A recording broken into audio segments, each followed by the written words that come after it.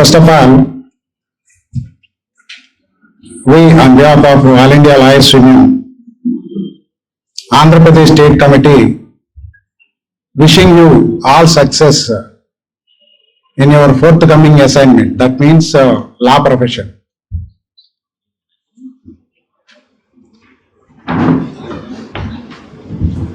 So now topic assigned to me is career in law. So there are the representation to this convention is from different colleges, varies from national law schools to private universities, government law colleges, private law colleges. So there are different perceptions to different levels. The national law school student would think that he would get an opportunity in corporate side and would earn a fashionable income, whereas an ordinary student will think that he would practice in Mabzil courts by earning something by filing bail applications or absent petitions and all these things. ఇక్కడ ఏమవుతుందంటే మన వృత్తిలో అనేకమైనటువంటి కోణాలు ఉన్నాయి. ముందు న్యాయవాద వృత్తి గురించి చెప్పిన తర్వాత ఇంకా కెరీర్లో ఏ అంశాలు ఉంటాయి, ఎలా మీరు లా కెరీర్ని ఫ్రైడ్ చేసుకో. లా కెరీర్ అంటే కేవలం అడ్వకేసీ కాదు. Advocacy, apart from advocacy, there are several avenues now which are exposed, but you have to cope up with that profession. Whether it may be an employment, either it is an advocacy by way of upgrading your skills. Just the senior speakers already revealed to you what are the skills required for advocacy. Thereafter, some government jobs, assistant public prosecutors, junior civil judges, district judges, additional PPs, standing counsels, government side GPs, legal advisors. There are various avenues in a legal profession. మనకు అర్థం కావాల్సింది ఏంటంటే మనం దేనికి suit అవుతాం అనేది అర్థం కావాలి ముందు మనకి. మీరు అడ్వకేట్గా ఉండదలుచుకుంటే మీరు 9 నుంచి 10 గంటలు లేదా 12 గంటలు పనిచేయడానికి మానసికంగా సిద్ధపడాలి.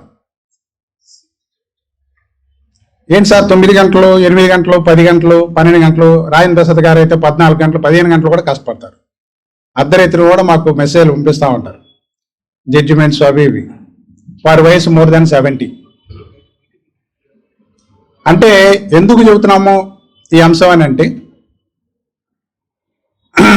లా చదవటం ఒక ఎత్తు, సబ్జెక్ట్ చదువుతున్నారు, క్వశ్చన్ ఆన్సర్ నేర్చుకుంటున్నారు, పాస్ అవుతున్నారు, పట్టా వస్తుంది, ఏవే ఎగ్జామ్ రాస్తున్నారు, ఎన్రోల్ అవుతున్నారు, లేకపోతే హైకోర్టు, జూనియర్ సివిల్ జడ్జి కోర్టులోనో, మబ్జిల్ కోర్ట్స్లోనో ఎన్రోల్ అవుతున్నారు. అంతటితోటే మన జర్నీ ఆగిపోలా. 26 సంవత్సరాలుగా నేను న్యాయవాద వృత్తిని చేపట్టి కొన్ని అంశాల మీద పట్టు సాధించాం. చాలా చట్టాలు ఉన్నాయి భారతదేశంలో. కేంద్ర చట్టాలు ఉన్నాయి, రాష్ట్ర చట్టాలు ఉన్నాయి. మీకు తెలుసు, central law, state law. When the state legislature passed, enacted, it is called as state law. When parliament enacted, it is called central law. అలాగే substantive law, procedural law, adjective law. Substantive law define offences, in particularly criminal law, define offences, provide punishment. Whereas procedural law says that how an FIR can be registered, how an investigation can be taken up, what are the steps in the investigation, then after completing of the investigation, filing of charge sheet, giving an opportunity to the accused by framing charge to say something, thereafter going for trial, examination of witnesses, 313 examination, defense, thereafter arguments and judgment. This is the procedure in criminal law.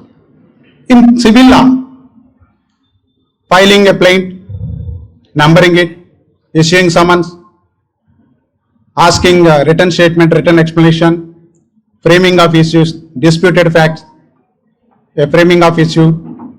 If defendant comes to the court and agrees that yes, I indebted money to so and so person, there is no need of trial, it is true. మనకు సత్యహరిచంద్రులు అంటారు కదా, సత్యహరిచంద్రులాగా ఒప్పుకుంటేనేమో there is no need of trial. Disputed fact ఏం లేదు. When disputed fact arise, plaintiff says something that I gave money to so and so, defendant denies that, then there is controversies. One is saying that I gave money, another is saying that I don't take money. It is a disputed fact. So disputed fact, whenever a disputed fact arrives, issue will be framed. అలాగనే prosecution కథనం murder చేశారనో rape చేశారనో పెడితే ముద్దాయి వచ్చి మీరు ఇంక విచారణ చేయట్లేదు నేనే చేశాను అన్నాడు అనుకోండి, there is no dispute, charge will not be framed. So a disputed fact is a issue, a disputed fact is a charge. ఇది ఆర్డినరీగా ఉన్నది. అట్లానే procedure law, substantive law, adjective law, that means evidence act. So when substantive law define offences or gives some explanation, some right, and provide punishments or remedies, then procedural law will cooperate to the substantive law by properly adjudicating the matter in the court of law. Then we need evidence act. What way evidence shall be taken into account, whether it is admissible evidence, inadmissible evidence, what type of evidence, oral evidence, documentary evidence, ocular evidence, or electronic form of evidence now after IT Act. These are all the issues. అయితే ఒక్క అంశాన్ని 25 సంవత్సరాల నా ఎక్స్పీరియన్స్లో, ఇక్కడ చాలామంది 40 సంవత్సరాలు పైబడినటువంటి ప్రాక్టీస్లో ఉన్నటువంటి సత్యప్రసాద్ గారు లాంటి వాళ్ళు వచ్చి చెప్పారు మీకు. అకాడమిక్గా 30 ఏళ్ళ నుంచి 35 ఏళ్ళ నుంచి అకాడమిక్ ఫీల్డ్లో ఉన్నటువంటి వాళ్ళు చెప్పారు. జడ్జిలుగా 20 సంవత్సరాలు ప్రాక్టీసు, ఇంకొక 20-22 సంవత్సరాలు జడ్జిగా చేసినటువంటి దుర్గాప్రసాద్ గారు వచ్చి చెప్పారు. బహుశా మీరు కాలేజీలో చదువుకునే రోజుల్లో, లేదా ఇప్పుడు చదువుతున్న రోజుల్లో, రాబోయే కాలంలో రోజుల్లో ఎంత వివిడ్ పర్సనాలిటీస్ వచ్చి వారి యొక్క ఎక్స్పీరియన్స్ని షేర్ ఒకే రోజు చేయటం, బహుశా మీరు టేక్ ఇట్ గ్రాంట్, మీరు కోర్సు కంప్లీట్ అయ్యే టైంకు కూడా మీరు ఇలాంటి అవకాశాన్ని, ఆపర్చునిటీని ఖచ్చితంగా పొందలేరు. So we plan such a way some experience persons comes to you by sharing their experiences. సహజంగా న్యాయవాది కోర్టులో ఆర్గ్యూ చేయాలంటే, కేసు చేయాలంటే ఏం తీసుకుంటారు? ఫీజు తీసుకుంటారు. కానీ మేము ఏమైనా ఫీజు తీసుకున్నాం మీ దగ్గర? 100 రూపాయల ఎన్రోల్మెంట్ ఫీజు తీసుకున్నా, కానీ అంతకంటే మంచి భోజనం పెట్టారు, బ్యాగ్ ఇచ్చారు, అన్నీ చేశారు, మీకు అన్ని వసతులు కల్పించారు. మళ్ళీ మీరు ఎక్కడ ఎండకి ఇబ్బంది పడతారో నేను ఏసీ కూడా కల్పించారు. మీరు అర్థం చేసుకోవాల్సింది ఏంటంటే, ఇన్ని అవకాశాలు మీకు ఎందుకు ఇచ్చాం, ఏ కారణంతో ఇచ్చాం? కానీ మీరు మాకేమైనా కేసులు ఇస్తారా? రేపు మీరేమైనా ఉపయోగపడతారా? మేము ఒకటే ఆలోచిస్తున్నాం, ఈ సమాజానికి ఉపయోగపడాలి మీరని. మేము మీకు ఉపయోగపడతాం, మీరు సమాజంలో భాగం.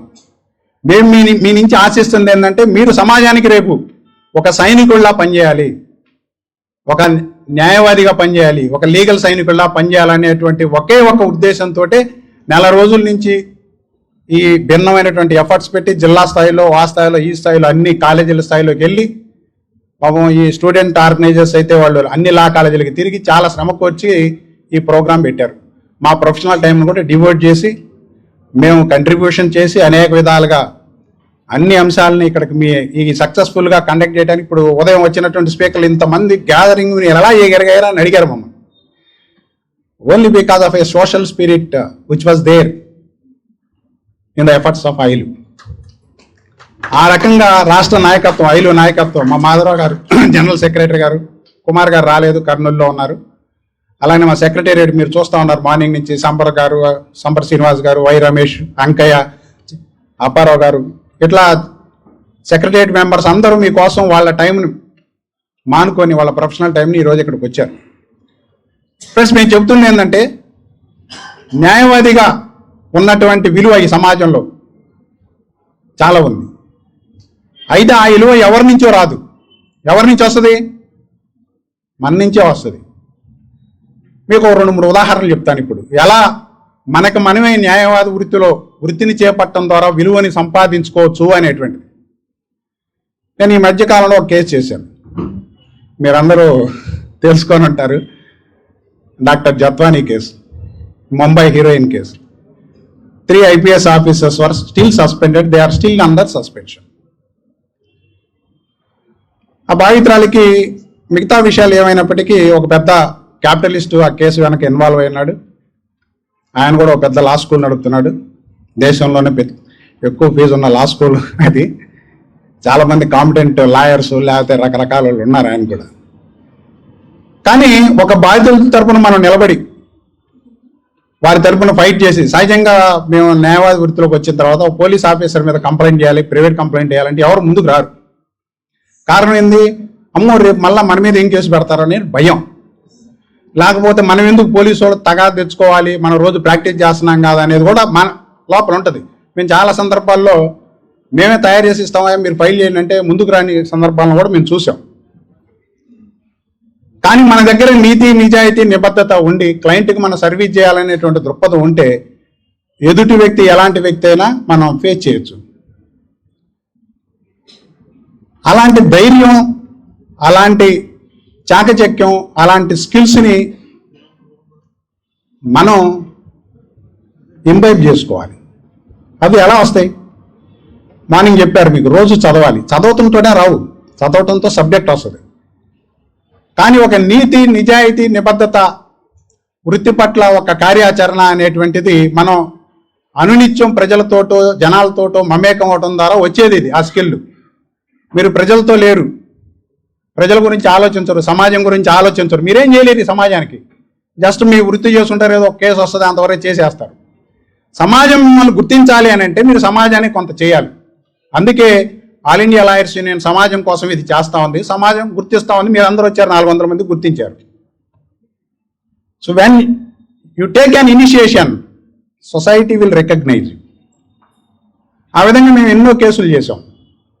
సార్ ఇక్కడే కూర్చోన్నారు రాయన్ ప్రసాద్ గారు, ఆయన ఇప్పుడు జాతీయ అధ్యక్షులుగా ఉన్నారు. మాకు చాలా ఎక్స్పీరియన్స్, 40 సంవత్సరాల క్రిమినల్ సైడ్లో కానీ సివిల్ సైడ్లో కానీ చాలా ఎక్స్పీరియన్స్ని గెయిన్ చేశారు. 100,000 కేసుల్ని చేశారు ఆయన. రోజు ఒక 50-60 కేసులైనా లిస్ట్ అవుతాయి ఇక్కడ. అలాగే ఇక్కడికి వచ్చినటువంటి వాళ్ళు చాలామంది ఆ విధంగా మా సెక్రటరియట్లో ఉన్నటువంటి వాళ్ళు కూడా నిజాయితీగా, నిబద్ధతగా పనిచేసి వర్క్ చేస్తాం. మనం నేర్చుకోవాల్సిన అంశం ప్రొఫెషన్లో ఏంటంటే, మనం ఎన్ని సంవత్సరాలు ప్రాక్టీస్ చేసినా ఇవాళ ప్రాక్టీస్లో కొన్ని 10 సంవత్సరాలు చేయక్కర్ల. గతంలో అంటే కొన్ని 10 సంవత్సరాల్లో చేస్తే ఫ్లరిష్మెంట్ ఉంది, సమాజం గుర్తిస్తుంది. ఇవాళ మీకు సోషల్ మీడియా టూల్స్ వచ్చినాయి, మీరు లేకపోతే ఎలక్ట్రానిక్ మీడియా వస్తుంది, ప్రింట్ మీడియా వస్తుంది. ఒక మంచి కేసు చేసి ఒక కేసులోనే పేరు తెచ్చుకొని రాష్ట్ర వ్యాప్తంగానో జిల్లా వ్యాప్తంగానో గుర్తింపు పొందే అవకాశం ఈరోజు ఎక్కువ ఉంది గతంలో కంటే. గతంలో మనిషి టు మనిషి ప్రాపగేట్ చేసుకొని క్లయింట్ వచ్చి 10 మందికి చెబితే ఎప్పటికో పేరు వచ్చేది. ఇప్పుడు ఆ పరిస్థితి లేదు. మీరు ఇనీషియల్గా ప్రాక్టీస్ చేసేటప్పుడే మీకు దగ్గర ఆ స్కిల్స్ ఉంటాయి. మేము మొన్న all India moot court JKC కాలేజీలో నేను ఫైనల్స్ కూడా జడ్జిగా ఉన్నాను. చాలా టీమ్స్ని మేము జడ్జిగా చేసాం. వాళ్ళు 2 టీంలు, అటు కేఎల్ యూనివర్సిటీ, రెండో వైపు నుంచి doctor B R Ambedkar law college, Cochin government college. మంచిగా చెప్పారు. వాళ్ళ యొక్క స్కిల్స్ చూసి మా జిల్లా జడ్జి గారు అక్కడ గెస్ట్గా వచ్చినటువంటి ఆయన, ఎలాంటి వాళ్ళు అసలు జిల్లా కోర్టుకి ఎందుకు రావట్లేదు, ఇంత కాంపిటెన్సీ ఉంది వీళ్ళకి అంటున్నాడు. అంటే ఏంది, ఇక్కడ చాలా కుర్చీలు ఖాళీ ఉన్నాయి ముందు కూడా. కాంపిటెంట్ లాయర్స్ యొక్క అవసరం ఈరోజు వృత్తిలో ఉంది. కానీ మీ దగ్గర కాంపిటెన్సీ ఉందా లేదా అనేటువంటిది మీరు టెస్ట్ చేసుకోవాలి. క్లయింట్ మీ దగ్గరకు వస్తే ఒక కాన్ఫిడెన్స్ ఇవ్వగలగాలి. క్లయింట్ నా లాయర్ గారు గెట్టోడు, ఇక ఆయన మీద మనం నమ్మకం పెట్టుకోవచ్చు అనేటువంటి ధైర్యాన్ని మీరు ఇవ్వగలిగితేనే అది ప్రొఫెషన్. ఏదో చేసాము, వచ్చారు ఆయన. మనకి ఆయన తుమ్మల శ్రీకుమార్ గారు కూడా చెప్పారు, క్లయింట్ చెప్పింది వినాలంటే నీకు ఓపిక ఉండాలి, ముందు పేషెన్సీ అనేటువంటిది మోస్ట్ ఇంపార్టెంట్ అన్నాడు. అయితే నేను ఆయనతో విభేదిస్తాను. క్లయింట్ తోటి ఎక్కువసేపు మాట్లాడాల్సిన పనేం లేదు. నేను నా ఆఫీస్కి వచ్చిన క్లయింట్కి 3 నిమిషాలు టైం ఇస్తాను. మా జూనియర్స్ కూడా తెలుసు, ఇక్కడ ఉన్నారు. అంటే వాళ్ళు చెప్పాల్సిన అంశం మనం పసిగట్టేస్తాం. మానసిక శాస్త్రం మనకు తెలుసు. అంటే వాళ్ళు ఏం చెప్పదలుచుకున్నారు మనకి, వాళ్ళు ఏ ఇష్యూ తోటి వచ్చారని మనకు తెలుసు. గంటల వాళ్ళతో మనం ఇంటరాక్ట్ కాకర్లా. ఇంకా వాళ్ళు నిజంగా చెప్పాలి అనిపిస్తే ఒక పేపర్ మీద రాసిమంటాం. దాన్ని ప్లీడింగ్స్గా మార్చినప్పుడు మనం అఫిడవిట్ తయారు చేసో, ఇంకోటి తయారు చేసో, ప్లేట్ తయారు చేసో వాళ్ళకి ఇచ్చేస్తాం. ఇంకా నీకు ఏమైనా మార్పు కావాలంటే చూడండి, మీరు చెప్పినవన్నీ ఉన్నాయా లేవనేది చూడండి అంటాం. అంటే మనం టైం మేనేజ్మెంట్, వచ్చినటువంటి వ్యక్తి ఏ కేసు పని మీద వచ్చాడో ఆ కేసుకు సంబంధించి మనకు నాలెడ్జ్ ఉంది. అది పార్టిషన్ సూటా, ఇంజంక్షన్ సూటా, మార్టిగేజా, లేకపోతే ఆర్డినరీ మనీ సూటా, ఇవన్నీ మనకి ఈజీగా తెలిసిపోద్ది. మనీ సూట్ అనుకోండి, అప్పు ఇచ్చి పుచ్చుకున్నాడు. లేకపోతే ఎన్ఐ యాక్ట్ అనుకోండి, చెక్కు డిజానర్ అయింది. స్టాట్యూటరీ కంప్లైంట్స్ ఏమున్నాయో అంతవరకు చెబితే సరిపోద్ది. దానికి ఏదో పెద్ద కథ రాయక్కర్లా, కథ చెప్పక్కర్లేదు కూడా. కాబట్టి ఎలా తీసుకోవాలి ఇన్స్ట్రక్షన్స్ క్లయింట్ దగ్గర నుంచి అనేది కూడా ఒక కళ. నువ్వు టైం చాలా సేవ్ చేసుకోగలుగుతావు. 2-3 నిమిషాల్లోనే క్లయింట్ని గ్రాస్ప్ చేయొచ్చు. అతని యొక్క ఇష్యూస్ని మీరు గ్రాస్ప్ చేసి రిజాల్వ్ చేయడానికి కావాల్సినటువంటి మేధో మదనాన్ని మనం చేసుకుంటాం. కాబట్టి ఫ్రెండ్స్, ప్రాక్టీస్లో ఉండదలుచుకున్న వాళ్ళకి మేము ఇచ్చేటువంటి సలహా ఆల్ ఇండియా లాయర్స్ యూనియన్, ఈరోజు ప్రాక్టీస్లో కాంపిటెంట్ లాయర్స్ యొక్క అవసరం ఉంది. దేశంలో 12-13 లక్షల మంది లాయర్లు ఉన్నారు. ఆంధ్ర రాష్ట్రంలో ఒక 50-70 వేల మంది లాయర్లు ఉన్నారు. కానీ కాంపిటెన్సీ ఉన్న లాయర్లు లేరు. మేము న్యాయవాద వృత్తికి వచ్చినప్పుడు మా ఊర్లో కామెంట్ చేసుకున్నాడు, అబ్బా చెట్టు కింద ప్లేయర్లు చాలా మంది ఉన్నారు, మీ కూడా ఒకడు అయిపోతాడని మా స్వయాన్ని మా ఇంటి పక్కన ఉన్నటువంటి ఆయన మా ఫ్యామిలీ మెంబర్స్ తోటి అన్నారు. అని అంటే, అరే బాబు వాళ్ళు ఇట్లా అంటున్నారు, మరి ఏం చేద్దాం అని అన్నాడు. వాళ్ళు అదే అనుకుంటుంటారులే అన్న. ఈరోజు మా ఊరు వెళ్తే మా ఊర్లో వాళ్ళందరూ నా గురించి చాలా ధైర్యంగా, చాలా ఉత్సాహంగా, చాలా యాంగ్జైటీ తోటి చెప్పుకుంటారు. ఎందుకని, అబ్బా నర్రా శ్రీనివాస్ అంటే ఈరోజు హైకోర్టులో చాలా పెద్ద లాయరు, మంచి కేసులు చేస్తున్నారు. గత గవర్నమెంట్లో 2022లో 1000 కేసులు నేను ఫైల్ చేశాను. ఇంతవరకు ఎవరు ఫైల్ చేయలేదు. ఇది ఎలా సాధ్యమైంది? మేము స్టూడెంట్ మూవ్మెంట్లో ఉన్నప్పుడు SFIలో ఉన్నాం. వృత్తిలోకి వచ్చిన తర్వాత ఆల్ ఇండియా లాయర్స్ యూనియన్లో 25 సంవత్సరాల నుంచి పనిచేస్తాం. ఇలాగా మీరు ఇప్పుడు ఈరోజు 400 మంది 450 మంది వచ్చారు. మీ అందరికీ నేను తెలుసు, నా పేరు తెలుసు. లేదు ఇప్పుడు నేను మీతో ఇంటరాక్ట్ అవుతున్నాను, నా గురించి మీరు అసెస్ చేయగలుగుతారు ఈ లాయర్ గారి యొక్క సామర్థ్యం ఏంటి అని. లేకపోతే ఇక్కడ ఉన్న స్పీకర్స్ మాట్లాడిన వాళ్ళు, టేబుల్ మీద ఉన్న వాళ్ళు, మళ్ళా మనకి సూర్య గారు కూడా మనతో ఇంటరాక్ట్ అవుతారు.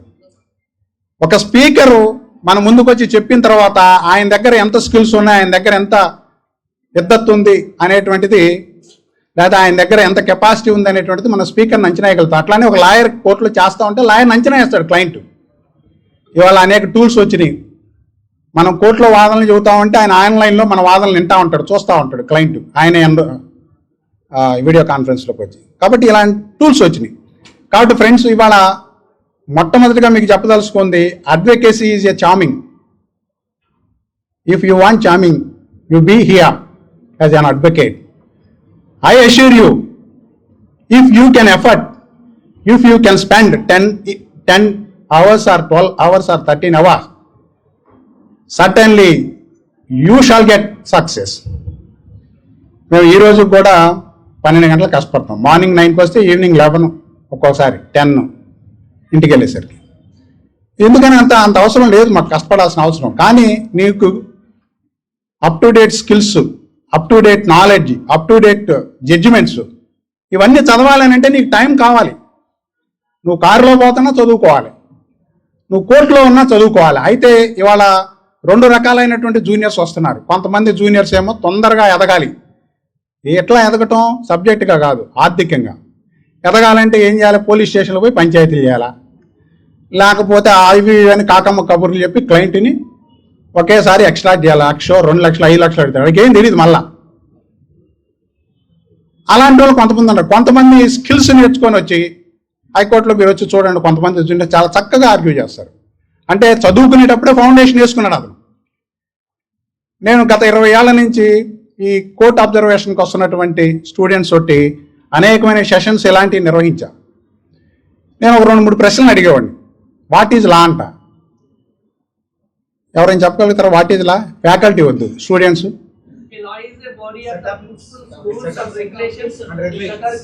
కాబట్టి ఒక 2-3 చెప్పగలుగుతున్నారు, మిగతా వాళ్ళకి కాన్ఫిడెన్స్ లేదా? Social contract. ఇంకా ఎక్కడైనా డిఫైన్ చేశారా లాని? లాని ఎక్కడైనా డిఫైన్ చేశారా?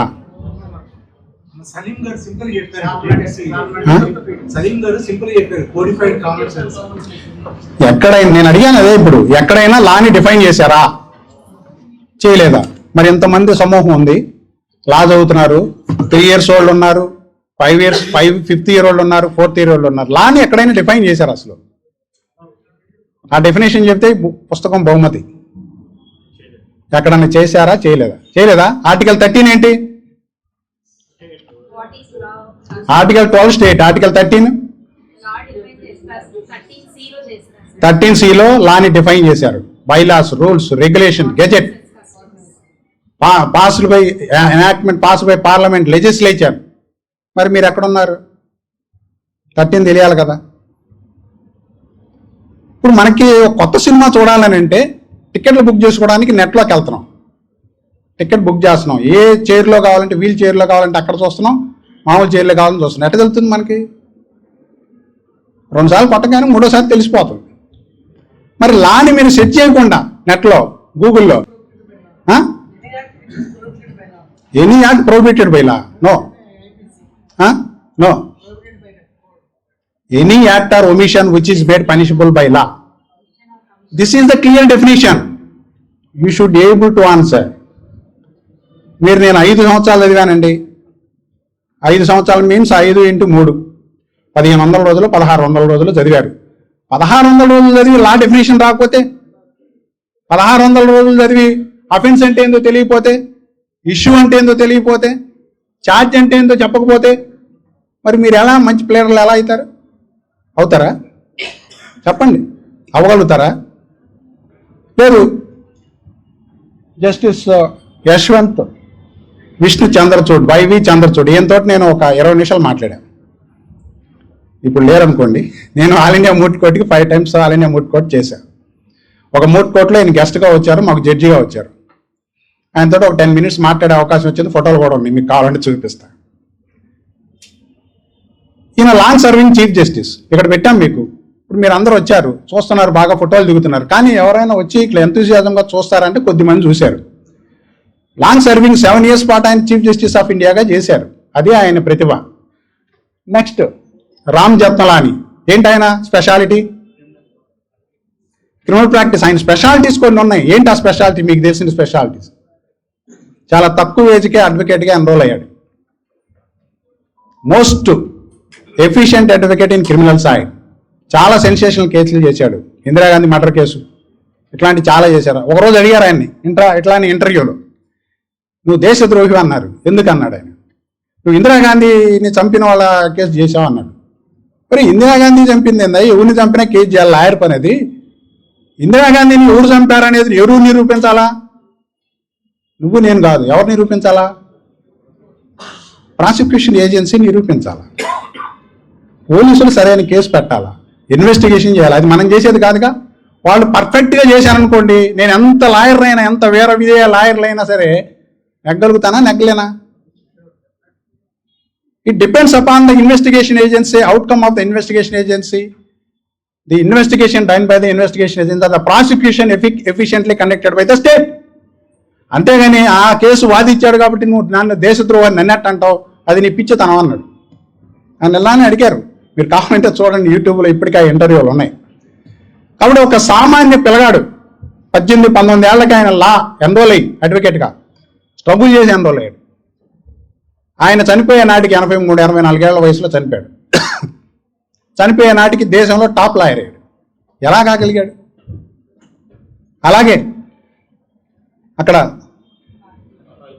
నాని పాల్కీవాలా గురించి చాలా ప్రముఖంగా చెప్పుకోవాలి మనం.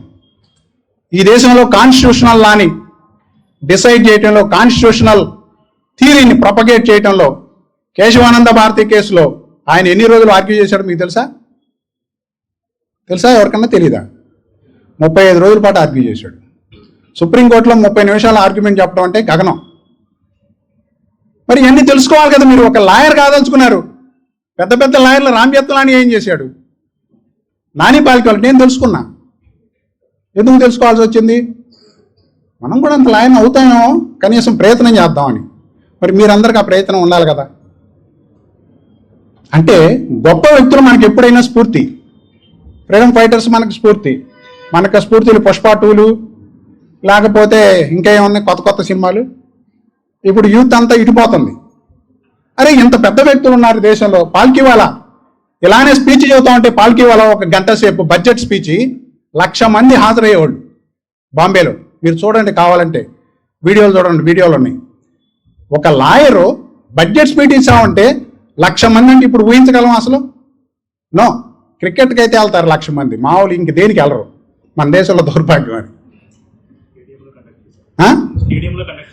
స్టేడియంలో కండక్ట్ చేసేవాడు బాంబేలో. మరి ఎంత ఎఫిషియన్సీ ఉంటే, అంత ఎఫిషియన్సీ రావడానికి ఆయనకు ఒక్కసారి రాలా. ఆయన స్టామరింగ్, నత్తితో బాధపడ్డాడు. ఇనీషియల్గా ఆయన వచ్చినప్పుడు నత్తి ఉంటే రోజు పోయి చెట్లకి పాఠాలు చెప్పుకునేవాడంట, చర్చిల్లాగా. లేకపోతే రోజు గంటల తరబడి ఎక్సర్సైజ్ చేసేవాడంట నత్తి పోవడానికి. చివరికి ఏమయ్యాడు? కాన్స్టిట్యూషనల్ లాలో ఎక్స్పర్ట్ అయ్యాడు. మినర్వా మిల్స్ కేసు దగ్గర నుంచి, కేశవానంద భారతి కేసు దగ్గర నుంచి, కాన్స్టిట్యూషనల్ ప్రిన్సిపల్స్ని అపహేళన చేసినటువంటి అనేక కేసుల్లో ఆయన లాయర్ అయ్యాడు. ఇంకా ఆయన గురించి ఇంకో ప్రత్యేకత చెప్తా. ఇందిరాగాంధీ ఎమర్జెన్సీ పెట్టింది, మీ అందరికీ తెలుసుగా. ఏ ఇయర్? 1975లో. 1975లో అలహాబాద్ హైకోర్టు రాజ్నారాయణ్ వర్సెస్ ఇందిరాగాంధీ కేసులో ఇందిరాగాంధీకి వ్యతిరేకంగా తీర్పిచ్చింది. ఏమని తీర్పిచ్చింది చెప్పగలరు ఎవరన్నా? ఎలక్షన్ చెల్లదండి. ఎందుకు చెల్లదండి? అదే ఏంటి ఆ అబ్యూజు? ఎస్, గవర్నమెంట్ అఫీషియల్స్ని ఆమె ఎన్నికల ప్రచారానికి, ఎన్నికల్లో ఆమె గెలుపొందడానికి ఉపయోగించారనేది ఎలిగేషన్. ఆ ఎలిగేషన్ ప్రూవ్ అయింది. అలహాబాద్ హైకోర్టు ఈమె ఎన్నిక చెల్లదని చెప్పింది. అప్పటికి ఆమె ప్రధాని. వెంటనే అప్పీల్ ఎక్కడికి పోయింది? సుప్రీంకోర్టుకు పోయింది. సుప్రీంకోర్టులో జస్టిస్ కృష్ణయ్యర్ వెకేషన్ బెంచ్లో ఉన్నారు. జస్టిస్ కృష్ణయ్యర్ లా మినిస్టర్గా చేశాడు, తెలుసా మీకు? కేరళ. జస్టిస్ కృష్ణయ్యర్ 3 వింగ్స్లో పనిచేశాడు. 3 వింగ్స్ అంటే ఎగ్జిక్యూటివ్, లెజిస్లేచర్, జ్యుడిషియరీ. 3 వింగ్స్ అయ్యాయి కదా. ఏంటి నాటికి కూడా అనుమానంగా చెప్తున్నారు? Executive, legislature, judiciary. సుప్రీంకోర్టు జడ్జిగా చేశాడు, మనందరికీ తెలుసు. ఎగ్జిక్యూటివ్ లా కమిషన్లో చేశాడు. తర్వాత లెజిస్లేచర్ ఎమ్మెల్యేగా చేశాడు, మంత్రిగాను చేశాడు కేరళలో, నమూద్రిపాద్ గవర్నమెంట్లో. ఆయన వెళ్తే ఒకరోజు నెహ్రూ గారు ప్రధానమంత్రిగా ఉంటే వాళ్ళ యొక్క ఏఐసిసి ప్లీనరీ మీటింగ్స్ అక్కడెక్కడో జరుగుతూ ఉంటాయి తమిళనాడులో, ఊటీలో. నెహ్రూ గారు అపాయింట్మెంట్ ఇచ్చాడు ప్రధానమంత్రిగా ఉండి, ఈయన మినిస్టర్ అప్పుడు. కానీ ఇందిరాగాంధీ ప్రెసిడెంట్ ఆఫ్ ఏఐసిసిగా ఉంది, ఆమె అపాయింట్మెంట్ ఇలా. కేరళలో మా గవర్నమెంట్ని ఇబ్బంది పెడుతుంది కాంగ్రెస్, కాస్త మాకు సహకరించండి, మేము మంచి పనులు చేయదలుచుకున్నామని ప్రధానమంత్రి చెబితే, అయ్యా నువ్వు పార్టీ గురించి మాట్లాడుతున్నావు కాబట్టి ఇందిరాగాంధీతో మాట్లాడమన్నాడు. ఇందిరాగాంధీ పార్టీ ప్రెసిడెంట్ కాబట్టి ఇందిరాగాంధీ దగ్గరికి వెళ్ళాడు. ప్రధానమంత్రి అపాయింట్మెంట్ ఇచ్చాడు, కానీ ఎవరికి లేదు, ఇందిరాగాంధీ ఇవ్వాల. మీరు కావాలంటే చదవండి, హిస్టరీలో ఉంది ఆయన గురించి. కృష్ణయ్యర్ హిస్టరీలో చదవండి. కృష్ణయ్యర్ లివింగ్ లెజెండ్ అని మంచి పుస్తకం ఉంటుంది, చదవండి అందరూ. అలాంటి పరిస్థితుల్లో ఒక్కసారి ఈయనకి అపాయింట్మెంట్ కూడా వెళ్ళిన పరిస్థితుల్లో ఆ కేసు కృష్ణయ్య గారి దగ్గరకు వచ్చింది. ఏం చేయాలి కృష్ణయ్య గారు? మామూలుగా ఆర్డినరీ హ్యూమన్ బీయింగ్గా మనం ఏం ఆలోచిస్తాం? రైట్, నేను అడిగితే ఒకసారి నాకు అపాయింట్మెంట్ ఇవ్వలేదు కదా, ఈ కేసులో సంగతి తేలుద్దాం అని అనుకుంటారు కదా జనరల్గా, ఆర్డినరీగా. అయితే judges must be unbiased. Krishnaiah గారు అలానే ఆలోచించాడు. పాల్కివాలా గారు ఆర్గ్యూ చేశారు. ఒక ఆర్డర్, ఇంటీరియం ఆర్డర్ ఇచ్చారు, స్టే. రెగ్యులర్ బెంచ్ వచ్చేంత వరకు, వెకేషన్ బెంచ్ కదా, అలహాబాద్ హైకోర్టు ఆర్డర్ని స్టే చేస్తున్నానని చెప్పేసి స్టే ఇచ్చారు. స్టే ఇచ్చిన రెండో రోజే ఎమర్జెన్సీ పెట్టింది ఇందిరాగాంధీ. పెట్టిన తర్వాత నాని పాల్కివాలా గారు కేసు వదిలేశారు, గివెనప్ చేశారు. నేను వకాలత్ గివెనప్ చేస్తున్నాను అన్నారు. గోఖలే లా మినిస్టర్ని పిలిచి చెప్పాడు, నేను కేసు వదిలేస్తున్నాను. గోఖలేకి మైండ్ పోయింది, ఏం చెప్పాలి నేను పోయి ఇందిరాగాంధీ గారికి. అప్పటికే ఆమె పవర్ఫుల్ ఇందిరాగాంధీ. సార్ ఏదో ఒక విధంగా చెప్పాం, బాంబే బార్ మా mother bar, Bombay bar resolve చేసింది ఎమర్జెన్సీకి వ్యతిరేకంగా ఫైట్ చేయాలంది. నేను ఆర్డర్ తెప్పించింది దేశంలో మానవ హక్కుల్ని పౌర హక్కుల్ని కాలరాయటానికి కాదు, ఒక అడ్వకేట్గా నేను ఇండిపెండెంట్ అడ్వకేట్గా ఆలోచించి నేను ఈ నిర్ణయం తీసుకున్నాను, నేను ఎనికి తీసుకున్నా అన్నాడు. నువ్వు నేను ఆ పని చేయగలుగుతావా లాయర్గా? ప్రధానమంత్రి కేసుని అంత అప్పనంగా వదిలేస్తావా మనం? వదిలేమా? ఎవరు వదిలేరు, పాల్కివాలా వదిలేశాడు. That is the greatness of advocacy. అడ్వకేసీకి ఉన్నటువంటి విలువ అది. మన మీద ఎవరి ప్రభావం ఉండదు. ఇంతకుముందే చెప్పారు కదా పెద్దలు, ఆ ఇండిపెండెంట్నెస్ అనేటువంటిది అడ్వకేసీకి మనల్ని ఎవడు ప్రభావితం చేయలేడు, ఏ రాజకీయ నాయకుడు ప్రభావితం చేయలేడు.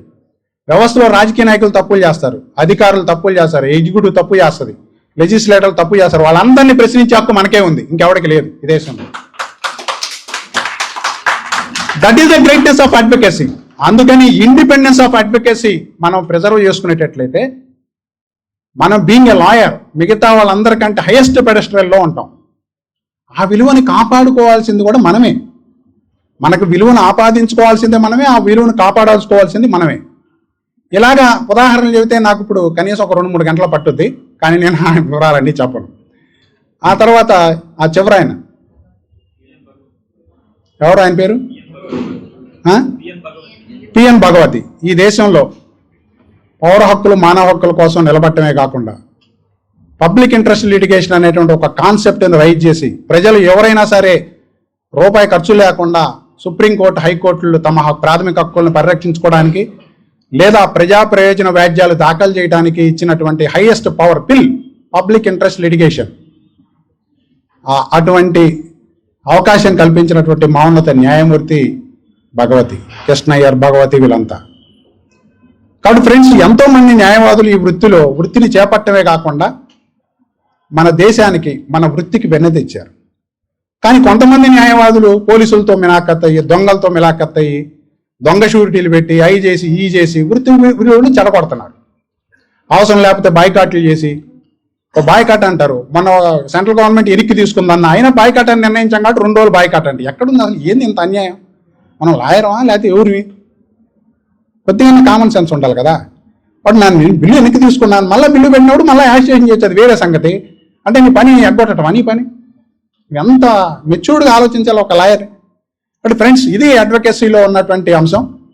ట్రయల్ సైడ్ అడ్వకేసీ దగ్గర నుంచి హైయెస్ట్ సైడ్ సుప్రీంకోర్టు వరకు కూడా ఇవాళ కాంపిటెన్స్ లాయర్స్ యొక్క అవసరం ఉంది. మీరందరూ ఎంత కాంపిటెన్స్ అంటే ఎలా వస్తుంది? మీరు ఎవ్రీడే ఒక కనీసం 5 hours 10 hours సబ్జెక్ట్ మీద కేటాయించాలి.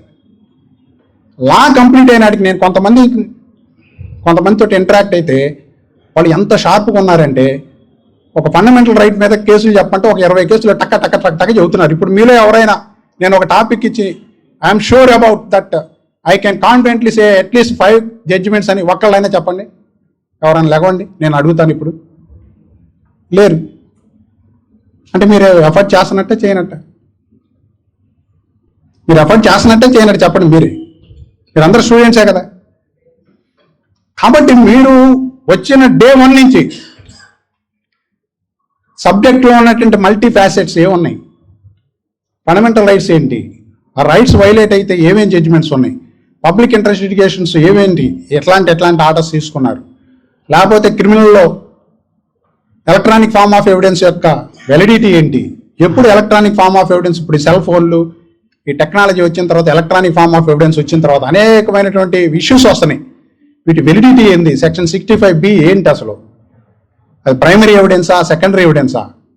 సివిల్లో అదే పరిస్థితి. అలాంటి అనేకమైన ఇష్యూస్ వస్తాయి. ఇప్పుడు ఆర్బిట్రేషన్, కన్సిలియేషన్, మీడియేషన్, చాలా ఇష్యూస్ వస్తా ఉన్నాయి. వీటి మీద కనీసం 10 సబ్జెక్టుల మీదనో 15 సబ్జెక్టుల మీదనో మీరు పర్ఫెక్షన్ సాధించాలి.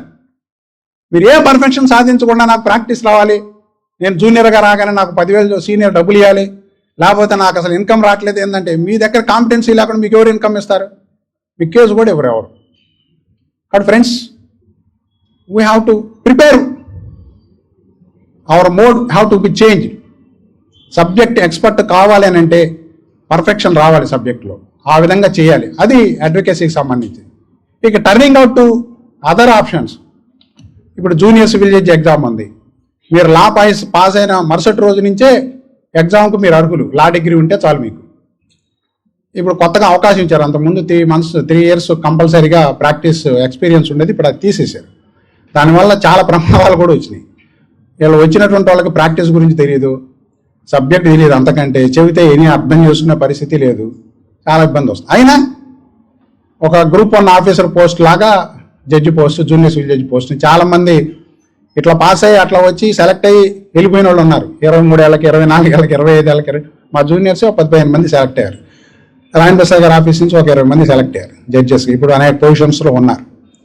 అంటే మనం చెప్పదలుచుకుంది ఏంటంటే, మీరు సబ్జెక్ట్ తర్వానేస్తుంటే ఇమీడియట్గా జాబ్ పొందడానికి junior civil judge group 1, group 2 మనం మీరు చూసి ఉంటారు, లక్షల్లో కాంపిటీషన్ ఉంది. వేరే ఇప్పుడు జేసీజే నోటిఫికేషన్ వచ్చి అప్లికేషన్స్ కాల్ఫర్ చేశారు ఒక 50 పోస్టులకి. మొత్తం మీద కలిపిన 3,000 మంది 4,000 మంది రాయరు. ప్రిలిమ్స్ అయిపోయిన తర్వాత 50 పోస్టులకి 50 బదులు 500 మందే ఉంటారు కాంపిటీషన్. అదే నీకు గ్రూప్ 1 అయితే కొన్ని వేలు లక్షల్లో ఉంటారు. ఈక్వల్ క్యాడర్, కాస్త అటో ఇటు, శాలరీ కూడా అదే పరిస్థితి.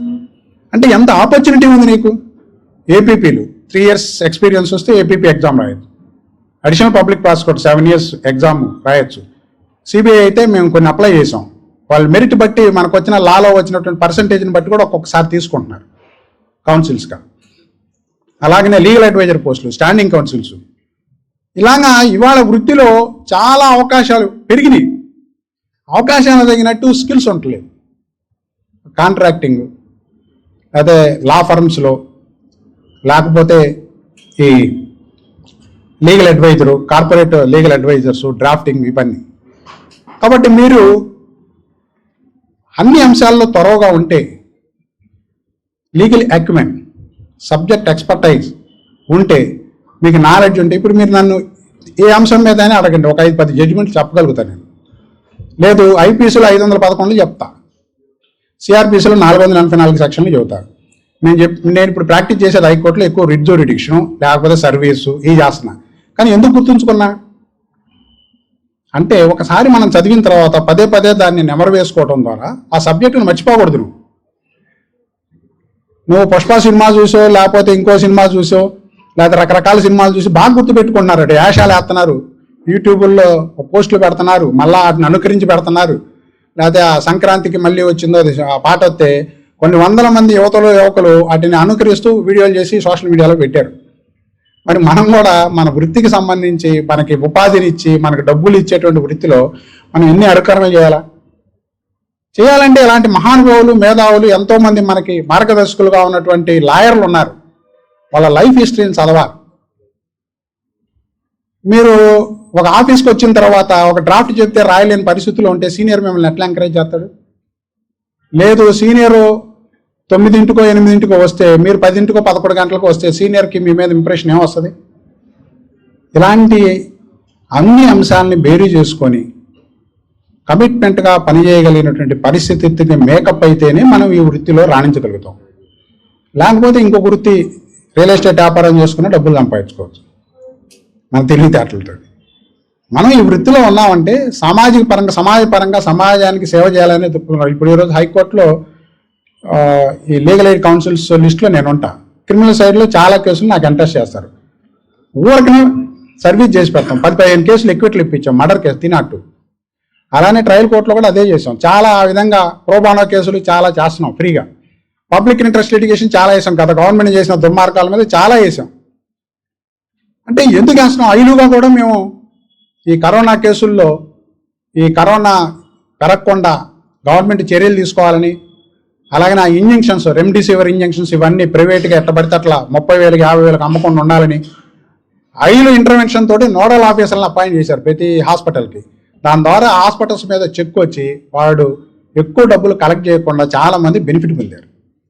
10 రోజులకు ఒకసారి లిస్ట్ అయ్యేది, ప్రతి 10 రోజులకు ఒకసారి కోర్టు వెరిఫై చేసేది, మనం డేటా ఇచ్చేవాళ్ళం. అంటే సోషల్ స్పిరిట్తో పనిచేయటం ద్వారా నేను పోలవరం మీద వేశాను. ఇంతకుముందే మనకి నేను చెప్పారు కదా ఇందాక పర్సనాలిటీ డెవలప్మెంట్ మీద జీవో 42 మొట్టమొదట ఈ ఎయిడెడ్ సిస్టమ్ని తీసేస్తూ జీవో ఇస్తే 42 దాన్ని నిలువరించడం కోసం ఎస్ఎఫ్ఐఎల్ నా దగ్గరకు వస్తే మొట్టమొదటిగా స్టే తీసుకుంది నేను. ఆ తర్వాత వీళ్ళందరూ వచ్చారు. కాబట్టి ఫ్రెండ్స్, నేను టైం కూడా మీరు కూడా బాగా వెళ్ళాలి కాబట్టి మళ్ళీ నాకు కాషన్ కూడా వచ్చింది. స్టూడెంట్స్ చాలా దూరం వెళ్ళాలి. మీకు చెప్పదలుచుకుంది ఏంటంటే, మన వృత్తి చాలా విలువైన వృత్తి. అయితే మన వృత్తికి విలువ రావాలంటే మనం కూడా విలువ కలిగిన పనులు చేయాలి. మనం విలువ లేని పనులు చేస్తే మన వృత్తికి విలువ రాదు. యాజ్ ఎ ఫ్యాక్టర్ ఈరోజు అనేకమైన అంశాలు, మీరు లాయర్గా కేవలం లా చదవటమే కాకుండా sociology, psychology, history, world affairs ఇవన్నీ చదవాలి. నేను రోజుకు 6 పేపర్లు చదువుతాను. పొద్దున్నే లేవడంతో ముందు పేపర్లు కంప్లీట్ చేస్తాను. కారణం ఏంటంటే ప్రపంచం ఏం జరుగుతుంది, లీగల్ అఫైర్స్ ఏంటి, ఇందులో ప్రతి సుప్రీంకోర్టు జడ్జిమెంటు రిపోర్ట్ అవుతుంది. కనీసం జిస్ట్ రాస్తారు. మనం మొత్తం చదవకపోయినా అలాంటి లీగల్ ఇష్యూస్ ఏమొచ్చినాయి, హైకోర్టు జడ్జిమెంట్స్, సుప్రీంకోర్టు ఇలాంటి అనేకమైన వస్తున్నాయి. మీరు వాటిని చదువుకొని కేవలం చదువుకోవడమే కాకుండా ఒక నోట్బుక్ తీసుకొని రాసుకోవాలి. కొత్త వొకాబులరీని తయారు చేసుకోవాలి. కొత్తగా లీగల్ టర్మ్స్ ఏమొచ్చిందో తెలుసుకోవాలి. ఆ వొకాబులరీకి కావాల్సిన సినానిమ్స్, యాంటానిమ్స్ ఏంటి, మీనింగ్ ఏంటి, ఇవన్నీ డిక్షనరీ ఎత్తుక్కోవాలి. ఇవన్నీ మీకు చేతిలోనే ఉన్నాయి. ఇప్పుడు మాకంటే మా సీనియర్లు ఎప్పుడన్నా చెప్తే, ఎస్ఆర్పి గారు వాళ్ళు వాళ్ళ సీనియర్స్ ఎప్పుడన్నా చెప్తే మొత్తం ఇండెక్స్లు అన్నీ ఎదురేసుకొని ఎతకాల్సిన పరిస్థితి వచ్చేది. ఇప్పుడు ఏ టెక్నాలజీ వచ్చింది, లేకపోతే ఈ మనుపాత్ర ఇవన్నీ జర్నల్స్ వచ్చినాయి. ఒక క్లిక్ చేయగానే మన ముందు అన్ని జడ్జిమెంట్స్ వస్తున్నాయి. ఇంతకుముందు అలా వచ్చే ఆ ఛాన్స్ లేదు. ఇండెక్స్లు ఎత్తుక్కొని 2 రోజులు పట్టేది ఒక రిలవెంట్ జడ్జిమెంట్ లేదా 4-5 జడ్జిమెంట్లు పొందాలని. కాబట్టి friends, advocacy is a charming. మీకు ఒక చిన్న ఉదాహరణ చెప్పి నేను ముగిస్తాను. ఇటీవల కాలంలో నా దగ్గరకు ఒక కేసు వచ్చింది. నేను తెలంగాణ లా స్టూడెంట్స్ కూడా అడ్రస్ చేశాను. కొంతమంది వాళ్ళు వచ్చారు, వాళ్ళకి తెలుసు. నా దగ్గరకు ఒక క్లయింట్ వచ్చాడు, బ్యాంకులో రిమూవ్ అయ్యాడు. అహ్మదాబాద్లో కేసు అయింది, ఒక ప్రైవేట్ బ్యాంక్. మేనేజర్గా చేస్తామంటే ఒక ట్రాన్సాక్షన్లో క్లయింట్ ఇన్స్ట్రక్షన్ మీద డబ్బులు ట్రాన్సాక్షన్ చేశాడనే ఇది వస్తే అతని మీద కేసు పెట్టారు. అతను కనీసం ఒక 170 రోజులు 180 రోజులు లోపల ఉన్నాడు. 180 రోజులు లోపల ఉండి రిమూవ్ అయిన కేసులో నా దగ్గరకు వస్తే నేను ఒక పర్ఫెక్ట్ సలహా చెప్పాను. దాంతో 7.5 కోట్ల రూపాయలు డబ్బులు వచ్చినాయి అతనికి. ఏది రిమూవ్ అయిన కేసులో 7.5 కోట్ల రూపాయల డబ్బులు వచ్చినాయి. చివరికి బ్యాంక్ వాడు ఇతనికి టికెట్లు బుక్ చేసి అహ్మదాబాద్ తెప్పించుకొని ఆ అగ్రిమెంట్ల మీద 10 మీద సంతకాలు చేసుకొని ఎస్క్రో అకౌంట్లో పెట్టి డబ్బులు ఇచ్చాడు. తర్వాత ఆ అగ్రిమెంట్ అంతా పూర్తి స్థాయి ఫిల్ఫిల్ అయిన తర్వాత నాకు కూడా గట్టిగా ఫీజు ఇస్తానని నేను వెయిట్ చేస్తున్నాను ఫీజు కోసం. అంటే ఒక లాయర్గా వచ్చినటువంటి క్లయింట్ యొక్క ఇబ్బంది ఏంటి, మనం ఏం చేయొచ్చు, రెమెడీ ఏం చూపించవచ్చు అని అంటే, క్లయింట్ వెంటనే సాటిస్ఫై ఆ కేసుని కనుక విన్ అయితే మనం డబ్బుల్ని మనం అడగకుండానే అతనే తెచ్చేస్తాడు. లేదు అడిగైనా మనం తీసుకోవచ్చు, మనకి చట్ట ప్రకారం వచ్చేది, లేదా క్లయింట్కి మనకున్న రిలేషన్స్ని బట్టి అతను ఒప్పుకొని మనకి అన్ని కోట్ల రూపాయల ఫీజు అయినా ఇవ్వచ్చు. ఇవాళ అందుకే హాలీవుడ్, బాలీవుడ్ హీరోల కంటే ఎక్కువ సంపాదించేది ఎవరే అంటే లాయర్. సో అడ్వకేసీకి అంత చామింగ్ ఉంది, అంత ఇన్కమ్ ఉంది. అయితే దాన్ని జనరేట్ చేసుకోవాల్సిన మనమే. నువ్వు ఊళ్ళో కూర్చొని మూలలో కూర్చొని నీకు డబ్బులు రావాలి, నీకు కేసులు రావాలంటే ఎవడెవడు. కాబట్టి మనం చేసే ఎఫర్ట్, నీకు నవల్స్ చదవటం రావాలి, చతుర, విపుల, ఇంగ్లీష్ నవల్స్, ఫిక్షన్స్. మీరు చూడండి, లా స్టూడెంట్స్ నేషనల్ లా యూనివర్సిటీలోనూ ప్రైవేట్ లా యూనివర్సిటీలో చదివేవాళ్ళు ఫస్ట్ ఇయర్ నుంచి నవల్స్ చదువుతారు. వాళ్ళు నవల్ చదవటమే కాదు, ఆ ఫిక్షన్ నవల్ని అసెస్ చేసి ఒక 2 పేజీలు 5 పేజీలు రాయాలి. అంటే అతనికి ఎంత డెవలప్ అవుద్ది, నాలెడ్జ్ ఎంత డెవలప్ అవుద్ది. నేను చాలామంది ఎందుకంటే నేషనల్ కోఆర్డినేటర్గా చూస్తున్నాను, అన్ని లా కాలేజీలో కోఆర్డినేట్ చేస్తే ఎక్కడ ఏం జరుగుతుందో. కాబట్టి వాళ్ళ స్కిల్స్ని డెవలప్ చేసుకుంటున్నారు మీరు. మరి మనం ఎక్కడ ఉన్నాం, లా అంటే ఏందో తెలియని పరిస్థితుల్లో మనం ఉన్నాం. వాళ్ళు ఎక్కడ ఉన్నారు, ఫిక్షన్ చదివి దానికి రివ్యూ రాస్తున్నటువంటి పరిస్థితుల్లో వాళ్ళు ఉన్నారు. కాబట్టి మనం చేసే ఎఫర్ట్ ఖచ్చితంగా ఏదో ఒక రోజు ఈల్డింగ్ ఇస్తుంది. మనం మన ఆపర్చునిటీ వచ్చినప్పుడు ఉపయోగించుకోవడానికి జ్ఞానవంతులమై ఉండాలి. మనం అజ్ఞానవంతులై ఉన్నామంటే మన అజ్ఞానానికి మనమే జోహార్లు చెప్పుకోవాలి. బట్ ఫ్రెండ్స్, ఇది నేను టూకీగా చెప్పాల్సింది. చివరిగా ఇక్కడికి అనేక లా కాలేజీల నుంచి ఫ్యాకల్టీ వచ్చారు, రీసెర్చ్ స్కాలర్స్ వచ్చారు, ఎల్ఎల్ఎం స్టూడెంట్స్ వచ్చారు, లా స్టూడెంట్స్ వచ్చారు. మేమంతా ఇదేదో ఈ వెల్ఫేర్ యాక్టివిటీ లాగా, సోషల్ వెల్ఫేర్ యాక్టివిటీ లాగా చేయదలుచుకోవాలి. వెల్ఫేర్ యాక్టివిటీ ఏం చేస్తారు, స్వచ్ఛంద సంస్థలు పెడతారు, చేస్తారు. మాకున్నటువంటి ఒకే ఒక పక్షపాతం ఏంటంటే మేము ఈ సమాజం కోసం పనిచేయాలి, కాన్స్టిట్యూషనల్ వాల్యూస్ని ప్రాపగేట్ చేయాలి, సెక్యులరిజాన్ని పరిరక్షించాలి, డెమోక్రసీని పరిరక్షించాలి. నిన్న ఎమ్మెల్సీ ఎన్నికలు జరిగితే తీవ్ర అక్రమాలు జరిగినాయి. ఎవరన్నా ఇక్కడ ఎమ్మెల్సీ ఓటేసిన వాళ్ళు వాటిని ఎదుర్కొన్నారా? డెమోక్రసీని ఫ్లరిష్ చేయడం అంటే ఏంటి? అక్రమాలు జరుగుతున్నప్పుడు ఆపాలి. నువ్వు ప్రేక్షక పాత్ర వహించి పోతే పోయిందిలే, జరిగితే జరిగిందిలే అంటే నువ్వేం డెమోక్రసీని ప్రొటెక్ట్ చేసినట్టు? సెక్యులరిజానికి ఎఫెక్ట్ వచ్చింది, కమ్యూనల్ వైలెన్స్లో ఎరప్ట్ అవుతా ఉన్నాయి. దానికి ఎవడు కారణం? వాడి మీద నువ్వు ప్రచారం చేయాలి.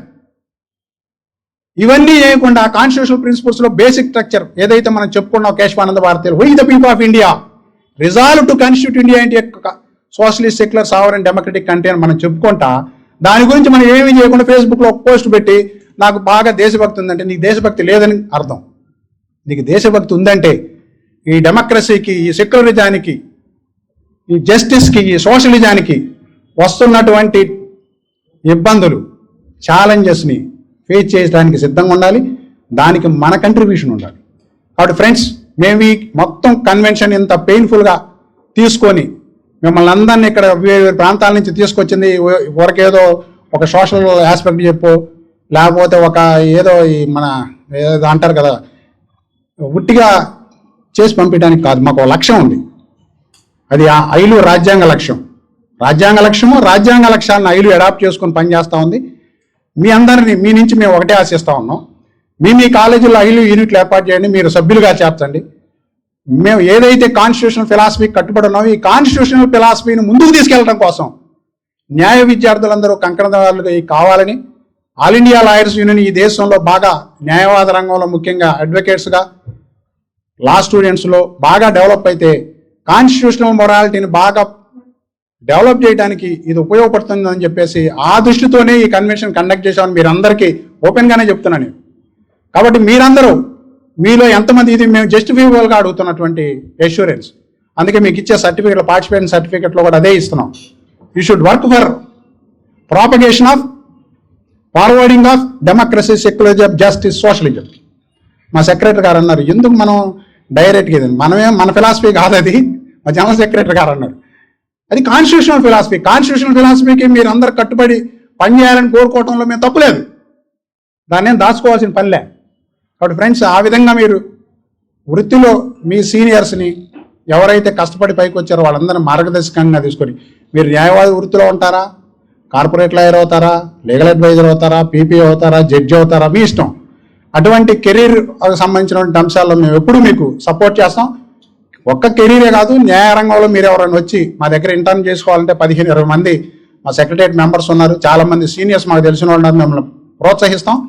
వృత్తిపరంగా కూడా మీరు ముందుకెళ్ళేందుకోసం మామూలుగా అయితే ఒక లాయర్ ఇంకొక లాయర్ని ప్రోత్సహించడం ఎందుకని? పోటీ. కానీ మీరు మాకు పోటీ రావాలని కోరుకుంటున్నాం. ఎందుకని? మీరందరూ మాకంటే బాగా ఎదగాలని కోరుకుంటున్నాం. అది మీ చేతిలోనే ఉంది. మీరు ఆ విధంగా ఎదుగుతారని ఆశిస్తూ ఆల్ ఇండియా లాయర్స్ యూనియన్ భవిష్యత్తులో చేసే యాక్టివిటీస్లో మీరందరూ కూడా పాల్గొనాలని కోరుకుంటూ నాకు ఈ అవకాశం ఇచ్చినందుకు ధన్యవాదాలు. Welcome to our YouTube channel. Don't forget to like, subscribe and share the videos.